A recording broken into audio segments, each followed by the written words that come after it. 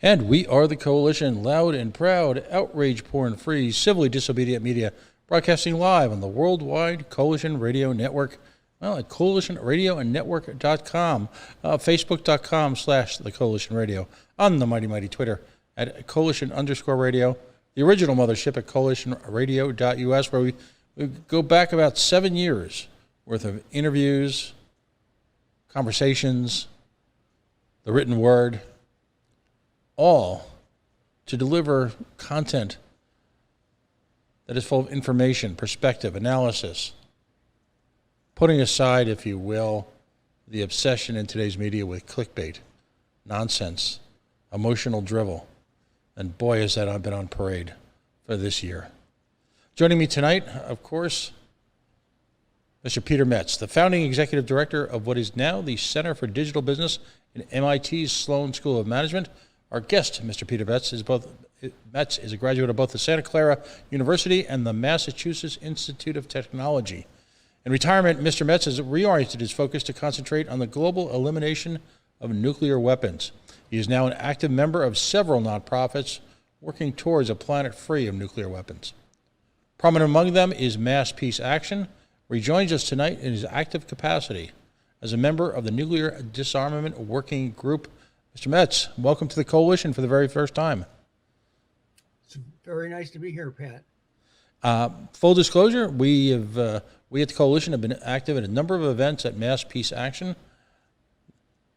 When we produce tonight's segment, we'll include interviews we've had with, if you will, the team there, as well as some of the direct actions that they've taken both in Cambridge, Harvard Square, around Boston. It's a wonderful organization that manages to strike a great balance between activism, the power of combined human emotion, with a mature perspective on the events of the day, buttressed by working knowledge, deep working knowledge of what has brought us to these variety of tragedies, if you will, in both foreign policy and world affairs. Their events cover extensively the disaster, if you will, in Yemen and the involvement of the American defense industry, focus on a variety of human rights issues with working groups around the nation, and then have a wonderful website, masspeaceaction.org, where you've got literally dozens and dozens of events every month, webinars, in-person, if you will, actions, classes, reading material. Folks, if you have a conscience, if you're a sentient human being, if you have a sense of empathy, it's an amazing group of people to get involved in, and we feel blessed that we've been able to do so. Again, the focus tonight, of course, if you saw our promotion, is the active re-engagement of the United States at some level, and that's what we'll discuss tonight, with, if you're my age, you still call them the Soviet Union, the USSR, Mother Russia, or, I guess as they're recorded today, Russia. If you're my age, I was on the tail end, if you will, of hiding under our desks in the event of nuclear proliferation. I was a very, very young person during the days of the Cuban Missile Crisis. And we grew up in a culture where the boogeyman, if you will, the bad guy in virtually every aspect of movies, literature, action films, was always the Russian guy. And there was an international fear and dread of the KGB. And if you read publications like Reader Digest, you knew that at any moment KGB operatives would be coming into your home here in the United States. Well, I think we as a nation and a culture have adopted perhaps a little bit more of a mature approach to things, but at the same time understand the challenges in maintaining this perilous balance and equilibrium between these two nation states, both of whom have managed to persist despite the alleged peace dividend in maintaining a warlike footing now really since World War II.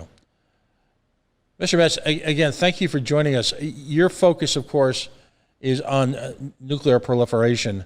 I've got to ask you, though, I mean, you had a successive career in industry, consulting, finance. in one of the most prestigious organizations. Of course, we're talking about Sloan, Center for Management. We're in the nation. Your bio notes that in 2017, about 4 years or so ago, you did a fairly radical pivot as you brought yourself to a high level of involvement in the peace movement. What precipitated that? What was the motivating force?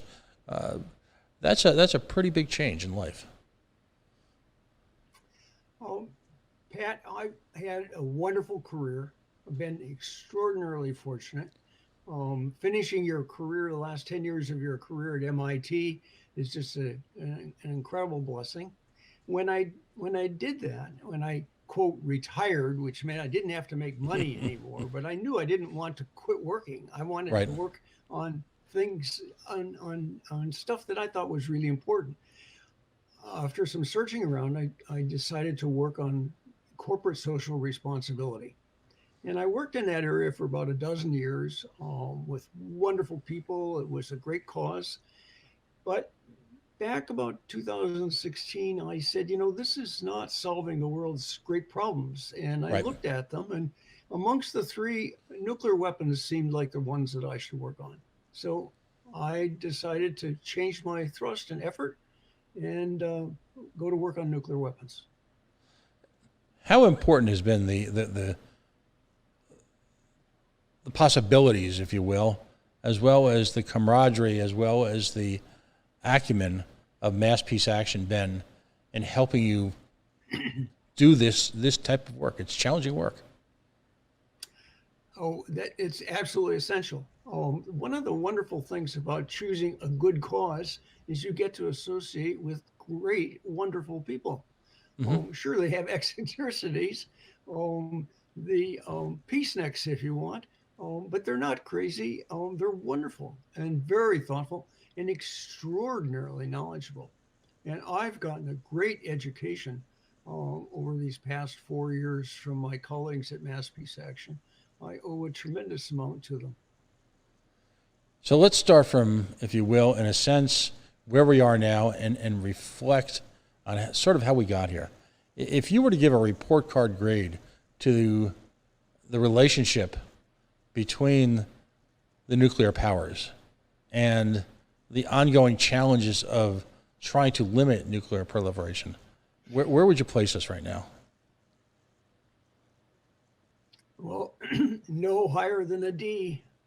We've been at this for, yes, Oof. yes, we've been at this for, since 1945. Right. The very first resolution passed by the United Nations was to eliminate nuclear weapons. And we're still working at it. If that isn't an F, it's certainly a D. Mm-hmm. Is there enough bad faith to go all around to have allowed this to happen, both in terms of the relationship between the two countries we're talking about tonight, as well as the steady drip, drip, drip of nuclear weapons, nuclear capabilities being developed, and what at least the Western powers refer to as these rogue states? The most recent, of course, would be Iran. Right. I have an unusual view. I don't think there's much bad faith.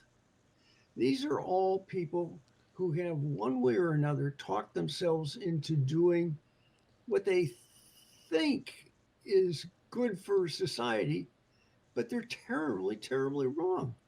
They can't see that they are playing with incredibly destructive stuff. And so,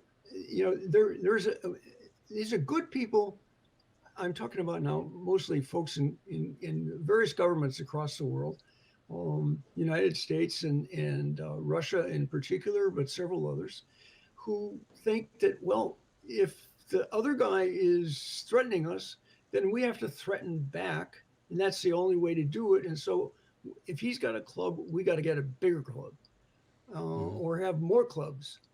And we've gotten to just an incredibly unconscionable point where the clubs are now nuclear weapons that are the world's most destructive, inhumane, They're indecent.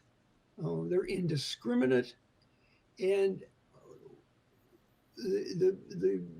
our defense establishments, or war-making establishments, whatever you wish to call it, are treating them as though that's part of the game. It's got to stop. So it's not bad faith. Most of them think they're doing the right thing by making the United States stronger and stronger and stronger, and so on. Even I am unusual in this point of view. Even the contractors who are making gobs of money in sweetheart, well, let's say non-competitive contracts to build these weapons, think that they are doing the United States good, and they're leading us down the wrong path. So let's then roll it back a few years. We went through a difficult period post World War II. Originally, America was obviously the only nuclear power, the original nuclear power, and of course the only nation that has actually used nuclear weapons against people, human beings.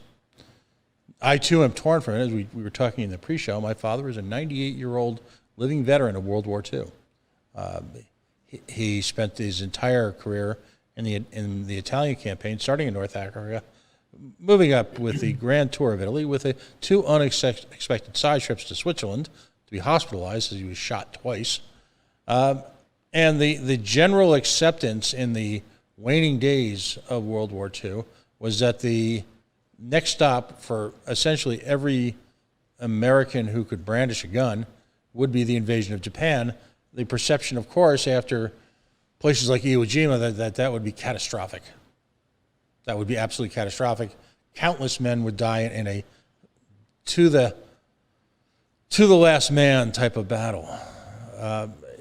And so they deployed nuclear weapons, killed countless individuals, incinerated them. And in doing so, changed the moral calculus forever. Your thoughts on that decision, whether it's legitimate from a historical basis, and again, that type of calculus, because that's the type of calculus that seems to continue to generate the mutually assured destruction philosophy, and that's the type of calculus that, in my mind, at least in part, keeps alive this back and forth, this tit for tat, the arms race, whatever we're calling it in this particular generation. What are your thoughts on that? I think your point of view is right on. But at the time, using an atomic bomb to kill ultimately about 100,000 people in Hiroshima and a nearly similar number in Nagasaki was par for the course. We conducted a raid over Tokyo with hundreds of bombers, of course. That in one night killed 100,000 people in Tokyo, but it wasn't with atomic bombs. It was with conventional weapons that were designed to start fires, and we incinerated with conventional weapons. So it wasn't a big leap to go from that to having this miraculous weapon that could do what hundreds of airplanes could do in one fell swoop, and demonstrate to the Japanese that there was more to come and they should quit. And that was the psychology, that was the reasoning that was followed at the time. Nobody saw it as all that much more worse than firebombing Tokyo. It fortunately, it prevailed, and the Japanese did surrender after we dropped, not after we dropped the first, but only after we dropped the second, with the idea that there were probably more to come. They didn't know that we didn't have any more at the time, but we were threatening them, and cooler heads at the top of the military in Japan did not want to quit. It was the emperor who said, we have to stop. And clearly, one would argue at that point that the military had literally exhausted, the island nation of Japan, particularly with the retrenchment across the world in both the case of Nazi Germany and Japan, so much of their conquest was based on the ability to supply a war machine. So that one saving grace may have, in certain ways, saved the planet. But then, of course, that genie, what's the cliche, the genie in the bottle. We let loose the genie in the bottle, but at the time we may have assumed that we only had the brain power to produce this, but within a relatively brief period of time, from a historical perspective, the Russians developed the same power. At what point in time did we realize that, Houston, we have a problem? And from your perspective, and I'm not trying to turn this into a history lesson, but I just want to sort of set the stage of when the Russians and the Americans realized that there had to be some conversation. What stimulated that from your perspective? Well, first off, many people in the United States knew that Russia would get the bomb. They just didn't know when. Right. And we predicted it would take longer, but we knew it was going to happen. It's physics and engineering, and they had good physicists and they had good engineers, and so it was inevitable that they were going to get it. They surprised us by setting off their own bomb in 1949. We didn't think that would happen until the 50s. That's how bad our intelligence was about Russia. So so we knew it was coming. And in fact, the United States, long before Russia set off its bomb, started building up an arsenal of bombs to counter what we knew was the coming threat. And then it just escalated out of sight to the point where by the mid 80s, there were over 60,000 nuclear weapons in the world. 60,000 of these things. All it takes is a few hundred to obliterate society. What are you going to do with 60,000? And that shows you how delusional the military planners got to be, because they just get carried away with the psychology that says, well, if they've got some, we got to have more. And if theirs are fast, ours have to be faster. And if theirs are bunker protected, then ours have to be double bunker protected, and so on. It's just an escalation. You've also got the prospect of a recently, looking at the economy, which had been on a war footing for 6 years to a degree that many societies had never seen before. When overnight you took a country that had as many resources as the United States, and you had people, and you had a consensus of spirit that, in fact, we'd been invaded in one case, and there was our closest allies were under imminent threat of complete destruction, that we managed to turn what was a largely pacifist economy overnight into one of the greatest war machines in the history of man. Now, there's also a lot of money to be made there, isn't there? That once that spigot was turned on and then you look into the run up into the Korean air quotes conflict, that was not a spigot that could be easily turned off, was it? Well, yeah, but understand, yes, there was money to be made, and some companies did make a lot of money during World War II arming the nation. But again, everybody thought that was the right thing to do. We were defending democracy. We were defending the world. You needed to be strong to do it. That's the conventional psychology. That's the psychology that we have to break now. And that's just continued to perpetuate. So we're in the mid-'80s, and growing recognition that we were, and you talk about the doomsday clock, and you talk about all the methods that we saw each other. We were just a generation outside of the near miss that was the Cuban Missile Crisis. From many perspectives, there was fear that all it would take in sort of a Doctor Strange-Lovian moment, watch the movie, folks. It's worth it. It's one of the greats. But we were one mistake, one mishap, one miscommunication away from apocalypse, weren't we? Oh, we were. We absolutely were. What many Americans do not understand, they know about the missiles in Cuba. They know that we had missiles ready to go to blast the missiles in Cuba. What they didn't know, and what we didn't find out until later, was that there were some Soviet submarines that were armed with nuclear weapons.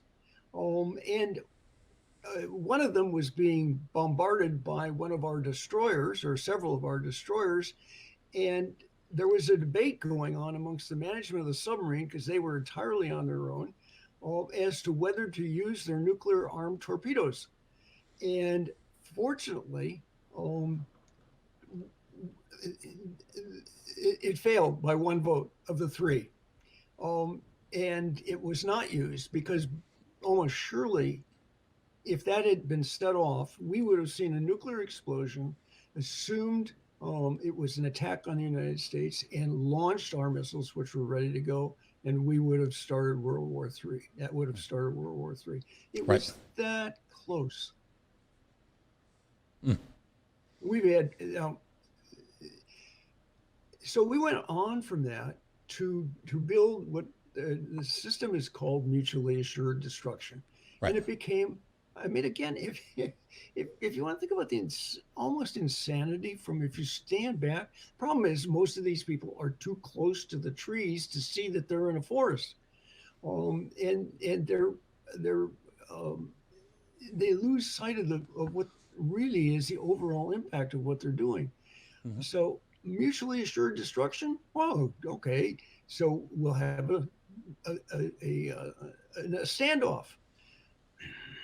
Well, of course, but everybody on each side says, well, maybe we can make ourselves a little stronger so we can destroy them before they destroy us. Right. And this could go on forever.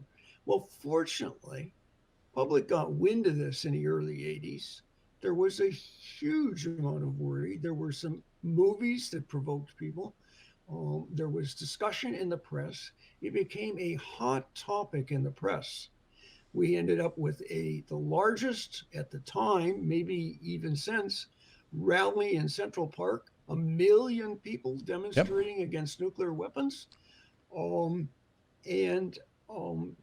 Somehow the word got through to Ronald Reagan. And on the other side, Mikhail Gorbachev was taking over, and the two of them got together and managed to have a frank talk and agree that this was insanity. Now, so there's a wonderful phrase that came out of their 1985 meeting, in which they both proclaimed that a nuclear war cannot be won. In other words, everybody's a loser, and should never be fought. And they that began a de-escalation, which has brought us back down from over 60,000 nuclear weapons to about 14,000 in the world today. Still, many times more than you need to wipe out civilization. Exactly. But it's brought it way down. Does the collapse of the Soviet Union, the boogeyman went away, and we forgot to continue the de-escalation. And the military went back to its thinking that, bigger, more powerful, newer, fancier is better. And so we're back in the nuclear arms race now. Well, and with the collapse of the Soviet Union, one of the fears that was stoked in the public, at least over here in the United States, was the alleged disappearance of nuclear material that would end up in a variety of former Soviet states that had declared some level of independence, some more than others, from Mother Russia. And again, you had the creation of another level of paranoia. I mean, it appears to me, as someone who's not an expert in this field, but someone who is more than a casual student of history, that the pervasive presence of an assumed, and we'll use the term of the show, I guess, is boogeyman. There's always got to be a threat out there, and that threat is then directed to generate, again, additional monies, additional resources dedicated towards the creation of nuclear weapons and or conventional weapons on a highly tactical level. The threat merged from being, if you will, the KGB and the predecessors of Mr. Gorbachev, to being the rogue states, the stands, as we like to call them, right, who might possess a nuclear material. How much is this is real versus imagined, based on your reading, based on your study? Well, that was very real. There were the Soviet Union had spotted nuclear weapons all around its empire, and when the Soviet Union collapsed, there was genuine concern that some of those nuclear weapons and the nuclear material would get loose. And so some very wise people in our government, led by Sam Nunn. Right, Georgia. Yep, exactly. I'd like to bring him back, please.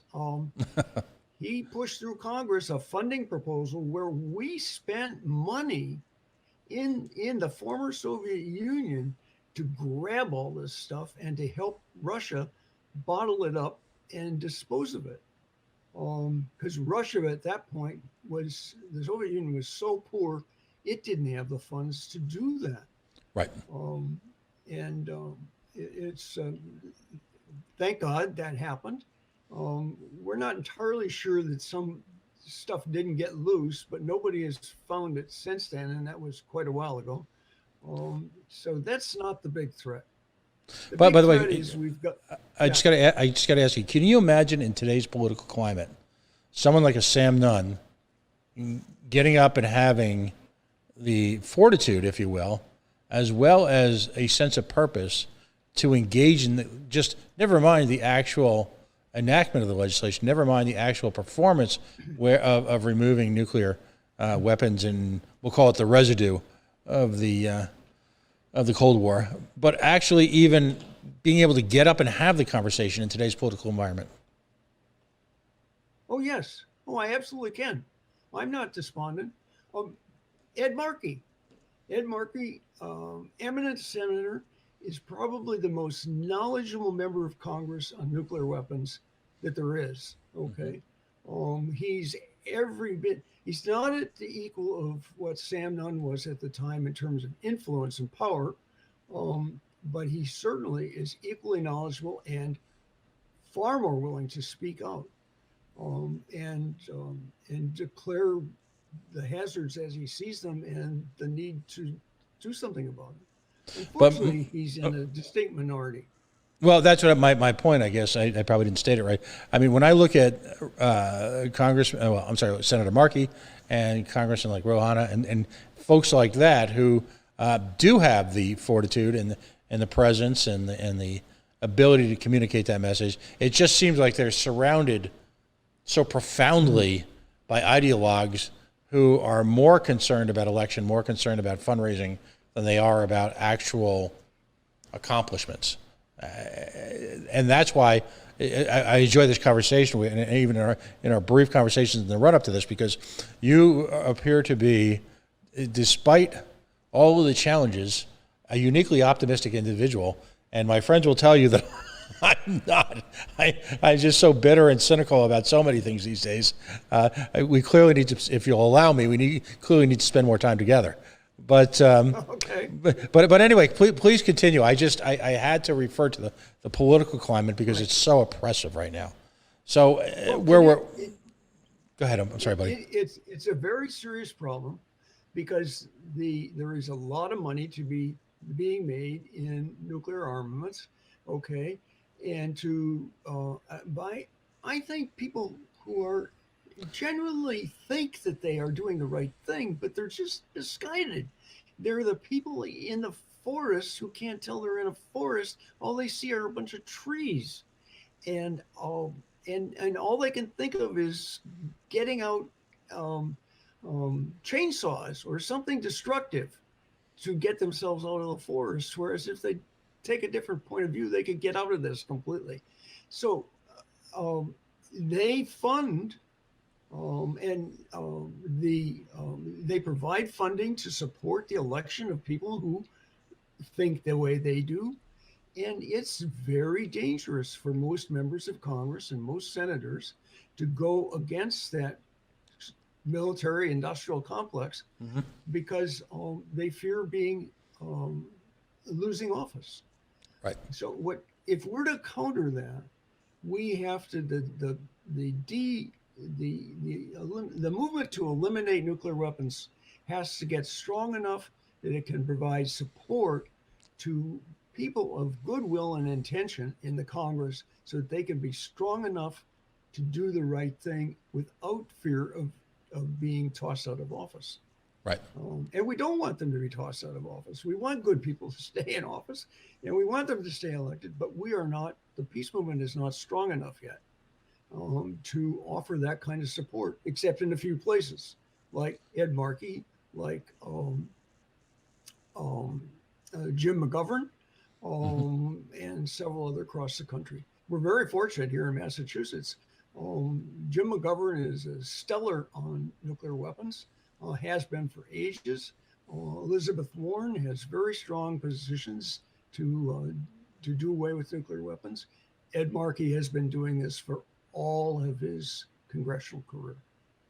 And you look to Rhode Island, where allegedly we share a similar political sensibility in terms of the peace movement with Mother Massachusetts, and yet our widely acknowledged that the shadow Secretary of Defense is none other than our Senator Jack Reed. The shadow, if you will, intelligence agencies are represented by Congressman Jim Langevin, who spent a career, and you know, you've also then got David Cicilline and Sheldon Whitehouse, respectively, congressman and senator, who also are involved in sort of the darker side of the military. What do you think it is that we could have such a disparity in terms of our approach to peace from two states that adjoin each other? Any ideas there why, or is that just one of those weird coincidences? I'm afraid I don't know enough about the politics of Rhode Island. You're better off to contrast it with Massachusetts, right? No, you're I barely far better understand off. the politics of Massachusetts. I don't think any of us do. But you've got this series of treaties. I mean, we're going to paint with a very, very broad brush here. You go back to and I always love the acronyms. The SALT, SALT 1, SALT 2. Then you've got START, and then you've got New START. And New START, I guess, is, and please correct me if I'm wrong, because these treaties, the negotiations, where they stand, are Byzantine, to say the least. My understanding is that New START was a 2010, 2011 resolution, I should say. Yes. The START 2 was never ratified by the United States in true American form. We spend years on treaties, and then, never mind. Next. Where do we stand from an outsider's perspective, who's not an expert? You've got two seminal events which seem to have left us somewhat hanging, and that, of course, is the relationship between Mr. Gorbachev and Mr. Reagan, which was a long time ago, despite how you and I may feel about it. It was a long time ago. And then you've got these treaty propositions in the late 2000 aughts into, say, 2010, 2011. Where do we actually stand right now, before we went into last week's meeting? Well, the New START treaty was set to expire in early February. And all it took to renew it, this is a treaty between the United States and Russia to continue the limitation. It brought about new limits on the number of nuclear weapons, and continuing it would keep those limits in place. If we had let it go, there would be no limits on Russia, no limits on the United States, and we would be free to build whatever we wanted. and they would be two, of course. And the temptation is just almost impossible to resist. So, the thank God Joe Biden won the election. Joe Biden was committed to continuing the New START treaty. Um, Vladimir Putin had already said that he wanted to continue it. He said that a year or more ago. And so Joe Biden took him up on that offer, and they very quickly signed a 5-year renewal. So we have it in place, which means that there are fundamental limits on the number of nuclear weapons. But I want to get back to Pat. The limits on the number of nuclear weapons are not making us safe. They're just avoiding making us even unsafer. Right. We are not safe. We are absolutely not safe right now. There are enough nuclear weapons on hair trigger alert in Russia and the United States to eliminate civilization. And it's because, well, let me do a couple things that are kind of basic that I really want your audience to understand. Nuclear weapons, of course, are the most destructive weapons that we've ever conceived. And they're inhumane because they're indiscriminate. They're just totally indecent. They're unlike any other weapon. They're indiscriminate. So if you send a modern day nuclear weapon on the tip of a missile into a city like Boston or New York City, you're going to kill at least 500,000 people and maybe 1 million or more just with one. And of course, in the current situation, multiple such missiles are targeted on every major city in both Russia and the United States. So just think of the devastation. Now, and then I say kill. This is just, you don't just die, okay? A lot of people will die of the blast and of the fire, okay? The two principal effects of nuclear weapons. But think about it. The heat from a nuclear weapon reaches the temperature of the surface of the sun. Okay, everything within about a mile or two of where it explodes is instantly incinerated. Everything beyond that is set on fire. The blast is something that cannot be withstood by any man-made structure within a mile or two, again, of the target site. But after that comes wind, radiation, and then the terrible side effect that nuclear war planners did not know about and did not understand for decades and decades and decades until the late 80s. And that's the firestorm that's created will put so much smoke into the atmosphere that it will block the sun to a heavy degree and cause the earth to cool to ice age temperatures. Ice age temperatures. The nuclear winter. Well, we knew, well, yeah, but see, here we go again. Okay, nuclear weapons are called weapons of mass destruction. Mm-hmm. Wrong term. These are weapons of mass murder. And we need to call them by what they are. This is just not destruction. This is murder, mass murder. The mass murder on a scale we have never done before. The nuclear winter, I'd like to put my hands around the throat of the guy who named it nuclear winter. Okay, it's ice age temperatures. That's not winter. That's ice age. That's what wiped out the dinosaurs and 2/3 of all the things that lived on the earth at the time of the great meteorite that hit in the Gulf of Mexico. They didn't. The life on Earth didn't die then from the blast or the fire. It died because the atmosphere was so polluted that the Earth returned to ice age temperatures. The same can happen if we have a full-scale war between the United States and Russia. Even worse, studies now show that if India and Pakistan who have very limited supply of nuclear weapons. We've got thousands, they've only got hundreds. But if they exchange just about 50 or so medium sized nuclear weapons between the two countries, it will create enough dust into the atmosphere that it will lower the temperature of the Earth substantially to put about a million to maybe about a billion to 2 billion people in peril of starvation. So you have a situation, the side effect that was not understood until much more recently, that if those people who don't die blessedly from the instant blast and fire, or more slowly and torturously from the radiation, the rest will die from starvation. So that's how we wipe out civilization with these kind of exchanges. And an India-Pakistan exchange will threaten up to 2 billion people with starvation. Okay, not just in India and Pakistan, of course. This is all across the world.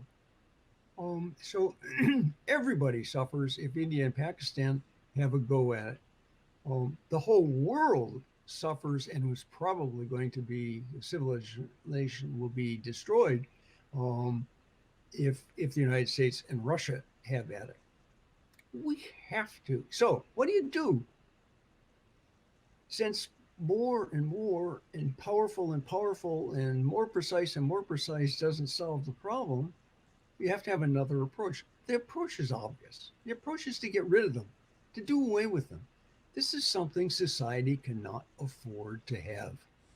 And it's indecent. And in fact, religious leaders have called it immoral. Now, yes, I think it's immoral to kill that many people in one fell stroke, to put the world at risk. It's immoral. The Pope has said it's even immoral now to have nuclear weapons, not just to threaten to use them, but just to have them.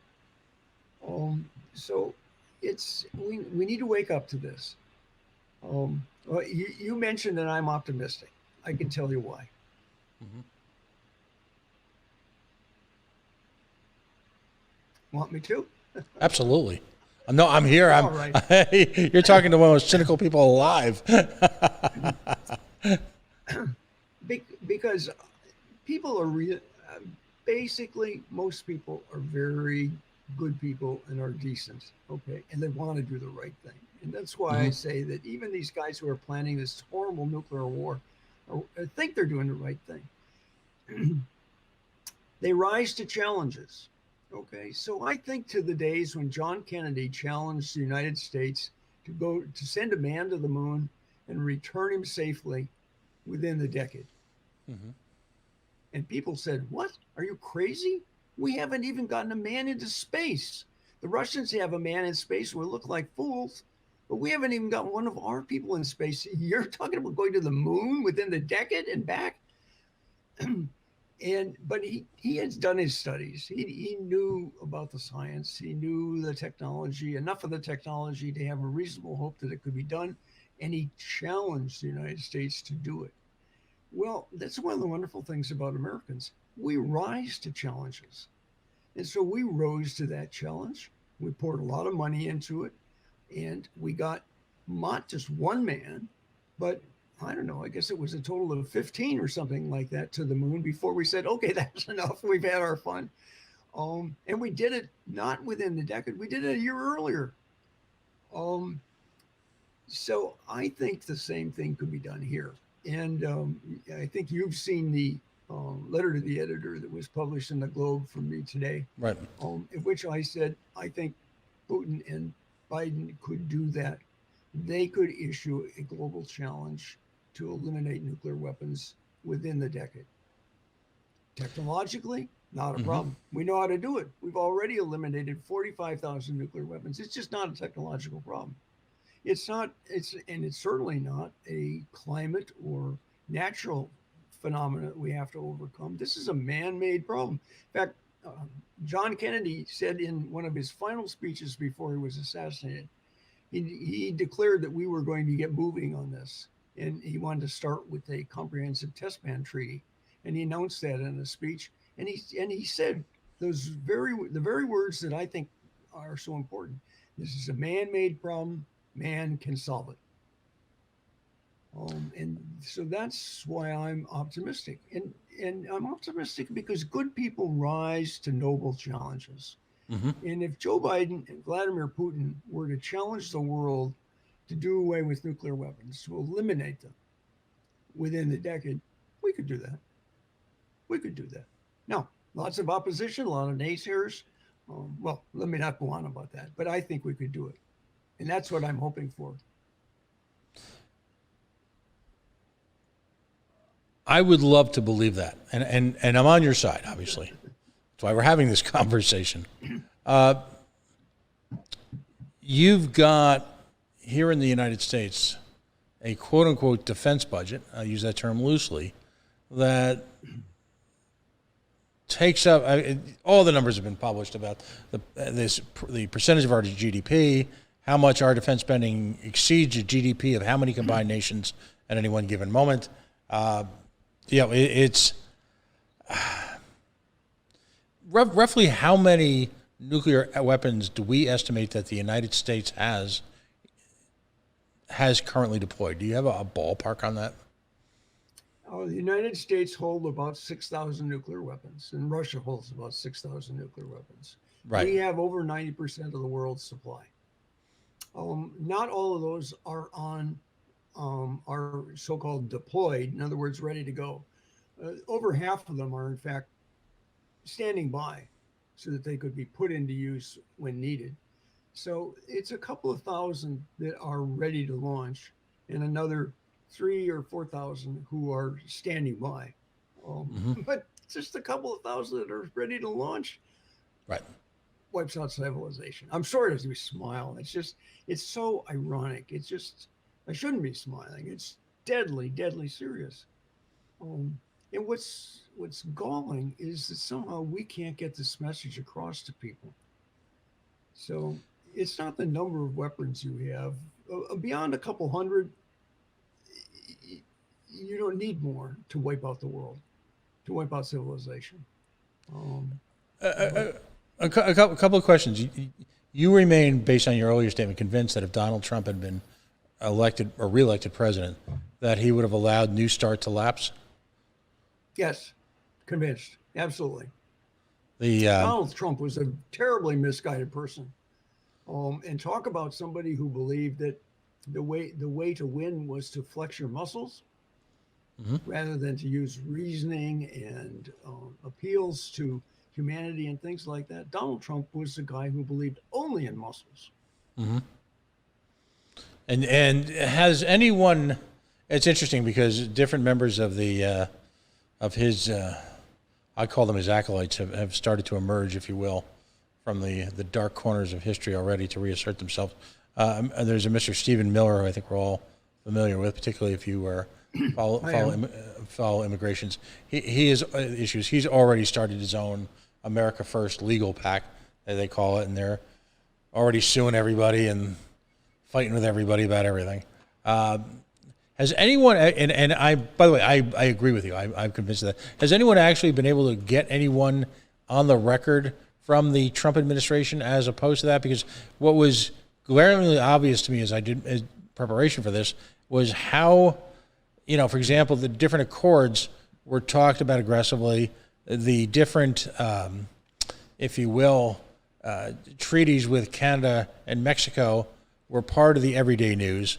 Curiously absent from all that, the public domain, the public conversation, the talking heads, the chattering class, was seemingly much of a conversation about treaties that had, iterations of which had been in place for over 50 years. Looking back on it, it's amazing how little conversation was given to that.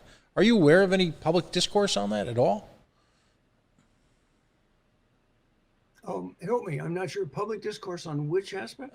In terms of the renewal of the New START. I mean, it was only in the Trump administration? Yeah. It just strikes me that we were talking about brinksmanship.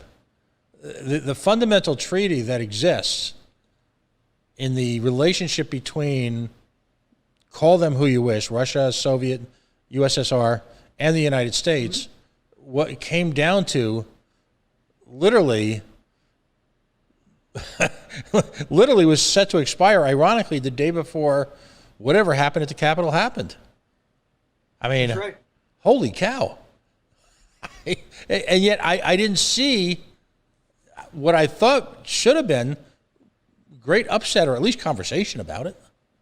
I didn't. I'm looking back and I'm trying to find any analysis. And again, I'm not an expert. I literally play one on the internet version of radio, I guess. But I don't want to obsess over this point, but it just seems to me that, you know, while we were worried about how beans and corn would be handled with Mexico, possibly the most important treaty in the world came within a couple of hanging chads or a couple of bad vote counts, you know, in a presidential election. To me, that's just astonishing. Not to obsess over that, though. The question now going forward. Here we are at a moment in time. Well, let me just say, Pat. Please go ahead. Pat, you're committed to trying to get what you think are the stories that matter rather than the stories that attract attention, right, out into the public. Okay, and that's what's failed here. The stories that attract attention in that case were, you know, trade and that sort of stuff, and as well it should. But the story about nuclear annihilation doesn't attract attention because nobody can believe that this is possible. But it is. It's real. Okay. Wow. And so the press doesn't talk about it. It doesn't sell newspapers. It doesn't attract eyeballs. We need to change that. That's a great But point. I don't want to make people just afraid. Okay, that's reason enough to be very concerned, but I want to make them very hopeful, because wouldn't think about how wonderful it would be how wonderful this world would be if we eliminated nuclear weapons. What a burden off of everybody. We're all walking around with an unconscious burden about the threat of nuclear annihilation. We don't admit it to ourselves. We're not very conscious of it, but we are walking around with that. Just think what a burden that would lift. Just think what a boost that would be. You know, it would take over from the moonshot story. You know, it's one of the things that people like to say is, well, if we could go to the moon, we can do this, right? Well, if we could eliminate nuclear weapons, just think what we could do. So we need to do that just to prove to ourselves that humankind is capable of great things. Right. No, I look at 2 or 3 issues in this planet right now. Let's take 2 in particular. What we're talking about tonight, of course, which is nuclear proliferation, or the existence of that nuclear threat that hangs over all of us, and or what universally is referred to as the failed war on drugs. Solve those 2 problems, and it seems like the world becomes a better place pretty much overnight. I'm no Pollyanna here by any stretch, but it just seems like, again, you end the war on drugs, and you bring at least a significant diminution to narco-terrorism. As a result, more people stay in their homes, which is where, in their communities, in their countries, which is really where they want to stay. So many of them are brought to our border not because of, for nothing less than the fear of their lives, which is the United States offshoring their drug production to Central and Latin America. Now you take this issue, and we were supposed to have gotten that, weren't we? We were supposed to have gotten the peace dividend. That was a Bushism, Bush the Elder. There was much talk about what do we do with the peace dividend. What happened to that peace dividend? I know we invested money, as you pointed out so aptly, in removing a chunk of the nuclear threat, but did we just replace one fear with other fears so that we can continue to spend money on guns and weapons and war? Oh, I think we missed a terrible opportunity. And we terribly missed an opportunity. We really did. There wasn't any, everybody talked about, the peace dividend. Okay. So somebody had to figure out what that peace dividend was going to be and set it up as a goal and start marching towards it. But did you ever hear of anybody define what the peace benefit would be and how we would reap it? No. I don't recall any definition like that. There wasn't an effort to define it. There wasn't an effort to set goals. This is where leaders matter. Hmm. Great leaders set bold goals and inspire people to do great things. And I, I actually think I am an optimistic guy.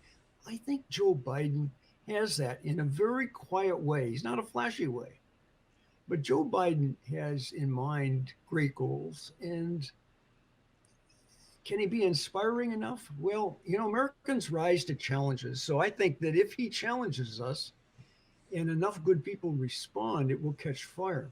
So that's, I think that's true of nuclear weapons. But you raise the whole issue of drugs. Okay, we're going the wrong way there too. I mean, I'm no expert in this. This is not something I've studied or tried to really learn much about, but it seems painfully obvious that a war on drugs is not going to get you anywhere. War on anything gets you Right. almost nowhere. Temporary solutions, but but war begets war. We need to solve the human problem that causes people to cry out for drugs. Hmm. Okay, that's I think the solution has got to be through much more powerful methods of dealing with psychological disabilities Right. and psychological needs and stuff like that. And probably starting in the second grade or something like that. One of the merits of earlier and earlier education is that you have a better chance of developing well balanced people, et cetera, et cetera. So I don't know the solution there, but I know that the war on drugs is the wrong way. Right. The It just it you have to inspire people to change their behavior, and and if you're naive or silly enough as I am to believe that deep down in most people there is something that wants to be inspired to do the right thing, I think that's what you do. So we find ourselves now. New Start has been renewed. That obstacle has been behind us. We find ourselves in a situation where Vladimir Putin and Joe Biden met last week. Nuclear proliferation wasn't the only subject. Clearly there are a lot of other issues complicating the relationship between the two countries. Where, if you could explain to us in layman terms, which by the way you're very good at, where do we stand right now, and what is the next step? Is there a next step? Are we just still sort of tiptoeing through this minefield of diplomacy that's been created by all these other issues, election interference, cybercrime, on and on and on? Where are we now? Well, we have to deal with those too, of course. But the nuclear weapons one, I'm only capable of thinking deeply about one issue. The nuclear weapons one is, I think, on an obvious path. How do you get a group of people who are logheads to fix a situation? You get them to agree an objective first, okay? Hmm. And then they get together and they figure out how we're going to get there. And if Russia and the United States would agree that the objective is to eliminate nuclear weapons, and we're going to get the rest of the other 7 nations in the world to join us, because that's essential, by the way. As I pointed out, India and Pakistan could do terrible harm just on their own Hmm. to a huge population of the world. Um, so we need to eliminate all the nuclear weapons. But if Russia and the United States were to agree that that was the objective, um, and then got deadly serious about not deadly serious, got substantially serious and really worked at it, they could come up with a method to do this. It's very intricate. I've studied a little bit of these agreements. Okay, the New START agreement is just an example. There are incredible support structures in the New START agreement that allow us to inspect Russian institutions and Russia to inspect the United States, where we have to report to them. The reports have to be verified. If you take the Iran nuclear agreement, and there's a wonderful book about that that gives you tremendous insights into how that got worked out. It's very, very intricate. It's very, very difficult. Okay. But we have skilled negotiators who can work these things out over time. as long as they know what the objective was. Um, and, um, and so you have to have verification routines. You have to have steps along the way to build faith and verify and set. And but we know how to do all that. We've done it. We did that for getting rid of 45,000 nuclear weapons, for God's sakes, and we verified all that and we disposed of them safely. Okay, so we can work out the routines to do the rest. It's just work, but that's behind the scenes work. If the skilled negotiators and military leaders are directed to do that, they will figure it out. I have a lot of confidence. I'm not going to try to tell them what all the paths routes are. I know where a good place to start would be, and I was part of a coalition that prior to the summit recommended to Putin and Biden that they take on the nuclear weapons issue, that they commit themselves to eliminating global elimination of nuclear weapons, and that we recommended that the first step should be a joint declaration that neither country would use nuclear weapons first. Well, that's a good first step, but it's just a first step. Right. See, one of the beautiful things about making a commitment to eliminating nuclear weapons is all the other issues about, well, should we have ICBMs? Should we build new submarines? Should we have 5 warheads on a submarine or only 3? Should we make them smaller warheads? And all that. Most of those issues go away because if you're headed towards zero, you don't have to argue about whether you need new stuff. No, you have to argue about how to get rid of the old stuff. It makes a whole lot of military decision making simpler if your objective is to eliminate nuclear weapons. And you save a fortune. My God. The money that we pour into this is just scandalously large. And think of the good it could do.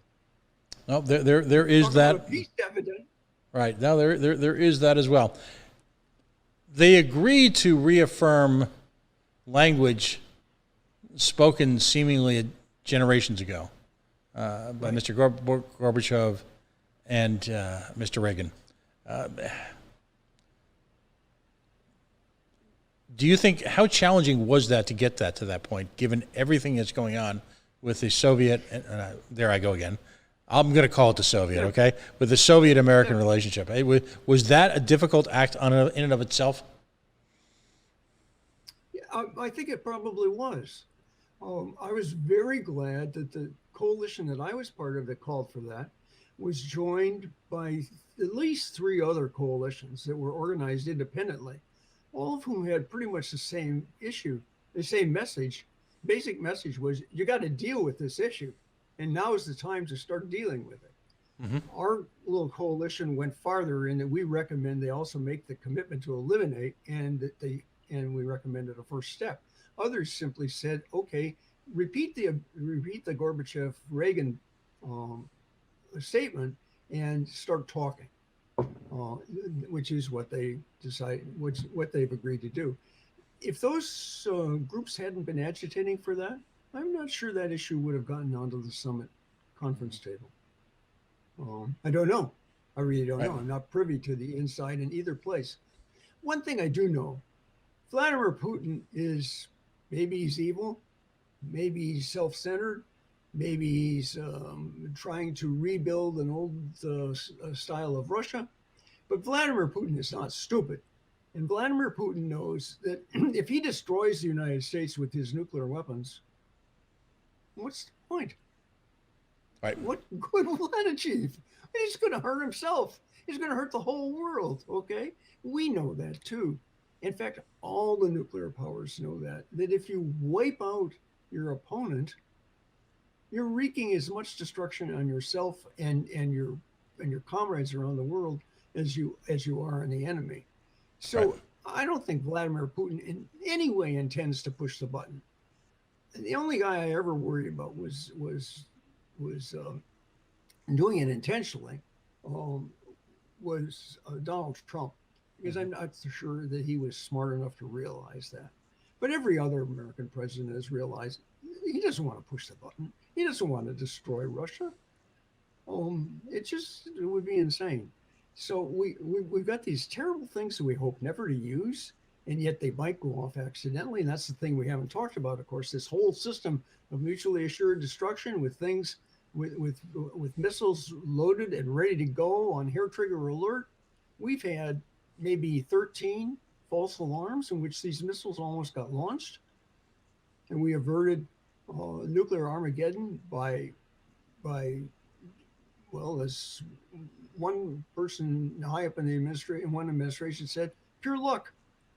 And sometimes there was just a lone sole person. There's a wonderful guy in Russia whose name I can't pronounce, who personally stopped Russia from launching an attack on the United States, even though the military saw on their radar screens all these missiles headed at them.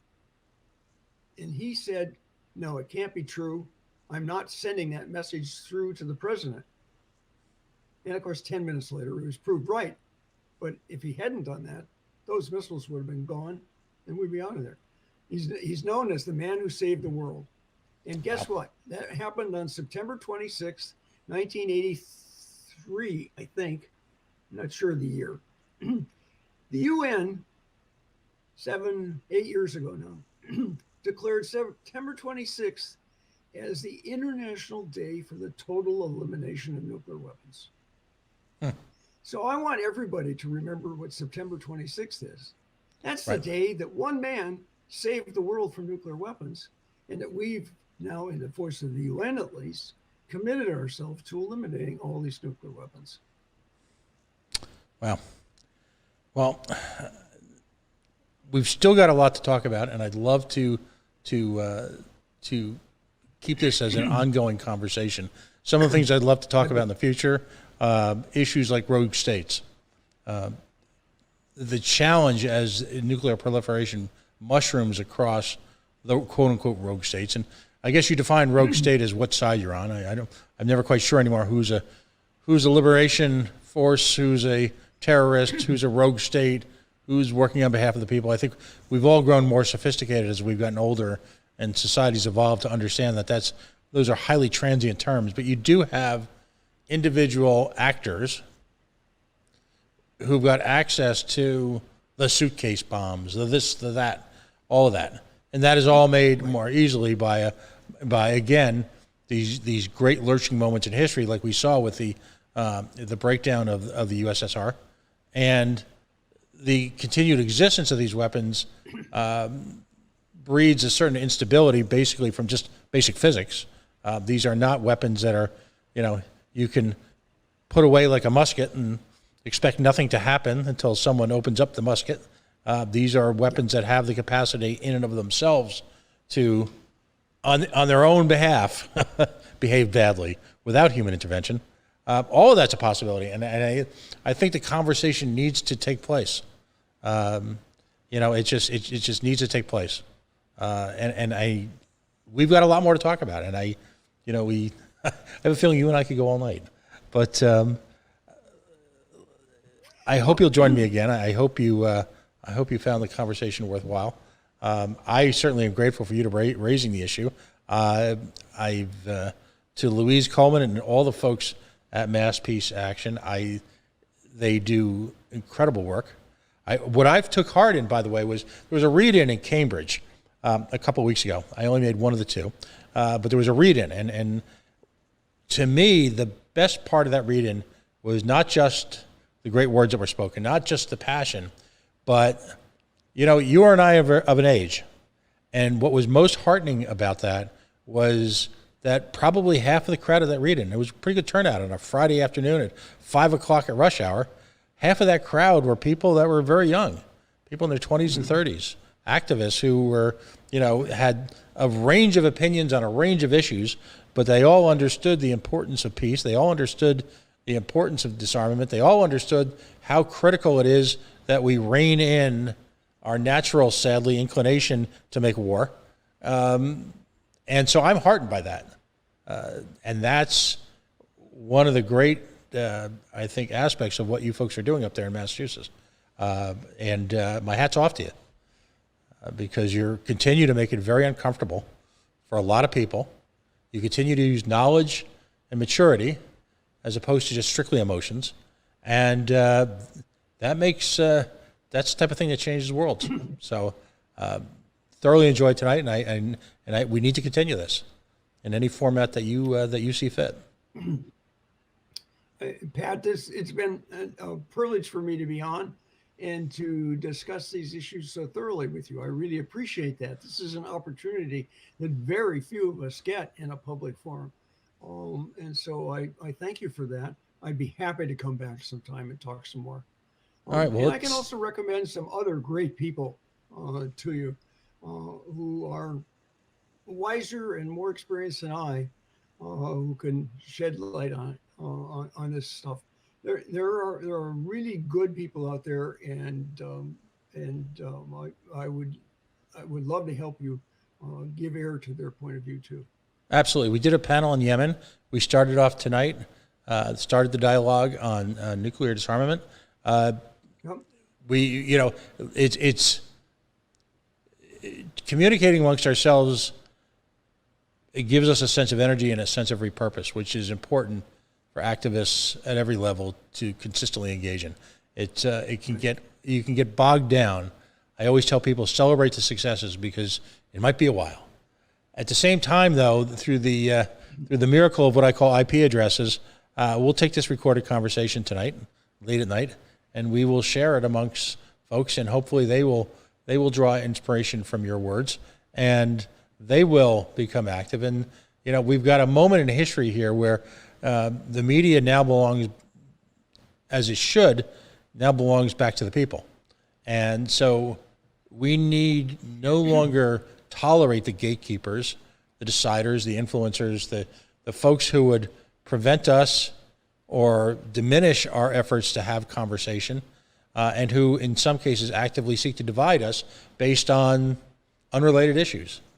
There is, at this moment in history, an astonishing ability for people to coalesce, to argue, to hug it out, find out where we agree on. We call this network the coalition. My final thoughts for the night, we call this network the coalition because we understand that folks have a lot of different views on a lot of different issues. But there's a central overlap, a central agreement between folks who are of, say, a libertarian nature, a civil libertarian nature, folks who are classical liberals, folks who might consider themselves the Green Party, or folks who might consider themselves the passionate left. There's a significant amount of overlap, and as I'd like to put the challenge out to people, tell you what, let's spend the next 10 or 15 years fixing that stuff, the stuff we agree on. Let's cast aside our differences, if you will. Ignore the petty incivilities that are inflicted upon us by forces that would seek to stay larger than us. Let's get that stuff fixed. Let's end war. Let's bring about justice to immigration. Let's start treating addiction as an illness, not as a social construct, or not as a diminishment of any one individual. If we do all of those things, which we all agree on, if we provide criminal justice system, we reinvent that so that marginalized communities are no longer the target of these bigger forces, some of whom share overlap, if you will, mission creep with the very people we were talking about tonight. If we accomplish even a third of that, then ours will be a life worth lived. I'm convinced of that. So you made me an optimist for one night. How about that? I don't think I made you an optimist, but I think deep down you really are. Or you wouldn't be doing this. There you go. Believe that you believe that you can do some good with this, okay? And harnessing the power of the internet is, I think, a wonderful thing. Okay, mm-hmm. This is a technology that we can, if we work hard at it, we can put it to really great betterment of mankind. So, stitching us all together. There you go. Well, as we like to say at the end of an evening, we are the coalition, loud and proud. As always, outrage porn free, civilly disobedient media, broadcasting live here on the Worldwide Coalition Radio Network at coalitionradionetwork.com. Facebook.com/The Coalition Radio, on the mighty Twitter at coalition_radio. I'll leave with this thought, Mr. Metz. I stumbled back upon a quote that I'd sort of forgotten about. And it was ironically, it was a tweet. And there is beauty to be found in the digital media. So if I can quote the late Leonard Nimoy, "A life is like a garden. Perfect moments can be had, but not preserved, except in memory." My friend, live long and prosper. We'll talk soon. Thank you, Pat.